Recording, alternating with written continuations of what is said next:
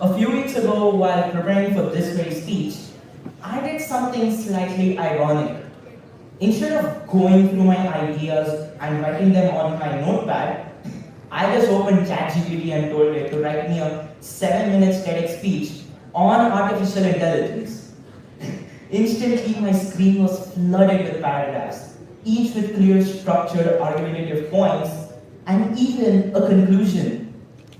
I just remember pausing for a moment and staring blankly at my screen. A machine had written a speech on artificial intelligence faster than I could even organize my own thoughts.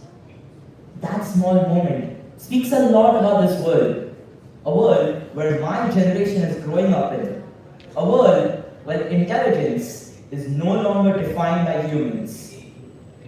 Artificial intelligence is no longer a cool idea from science fiction. It is already deeply woven into our lives. Each time we open social media, huge AI algorithms decide what reels we see first. When we do a quick Google search, huge AI systems decide what types of answers we see. Each time we open platforms such as YouTube or Netflix, those AI systems examine the viewing patterns of millions of users and determine what someone might like to watch next. But there is something about these algorithms that is often misunderstood.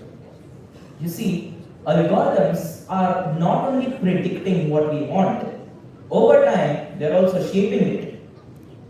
Let me explain. When an algorithm starts to recommend certain kind of genre or certain kind of content repeatedly, then our preferences begin to shift. Little by little, the line between our own choices and the influence of the algorithm starts to blur. The scale of this technology is enormous. According to a research report by McKinsey and Company, AI would contribute nearly $13 trillion to the global economy by 2030. Across many industries, artificial intelligence is already influencing decisions. In healthcare, for example, artificial intelligence is helping doctors detect certain diseases earlier by helping them analyze medical scans and identifying patterns that may have been extremely hard for the human eye to recognize. And in a report by Stanford University, AI systems can perform specialized tasks such as image recognitions with levels of accuracy that can exceed human capabilities. This just shows how fast technological progress is moving. But there is another question that we rarely ask ourselves. How much does artificial intelligence actually know about humans?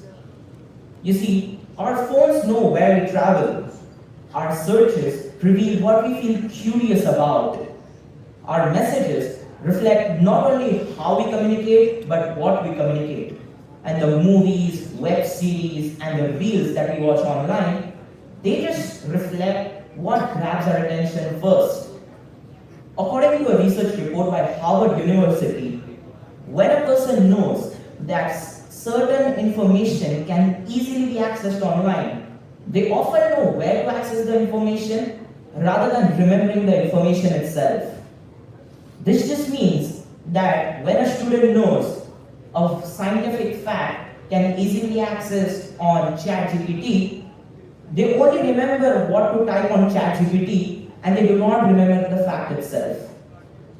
This reflects that technology is not only changing what we know, but how we think and remember. For students especially, this raises an important issue. Social media companies collect enormous amounts of personal data, such as interests, habits, and communication. This data allows algorithms to predict human behavior with accuracy levels that are really disturbing. This just means that artificial intelligence is no longer observing human life. It is increasingly getting capable enough to shape it and influence it. The historian Yuval Noah Harari has argued that in the modern world, the most powerful organization may not be those who control land and resources, but those who control data, because data reveals patterns about the human life itself. For students growing up today, the challenge is not to compete with machines. Machines can calculate faster than we can and analyze far more information. But they cannot feel curiosity. They cannot experience the dilemma of two decisions. As the famous scientist Albert Einstein once said, imagination is more important than knowledge because knowledge is limited, while imagination allows us to navigate new frontiers. Machines can organize knowledge brilliantly, but imagination, that still belongs to us. That is still human. Machines may become extraordinarily powerful in just a few years, with their capabilities most certainly continuing to grow. But the real question is not how intelligent machines will become.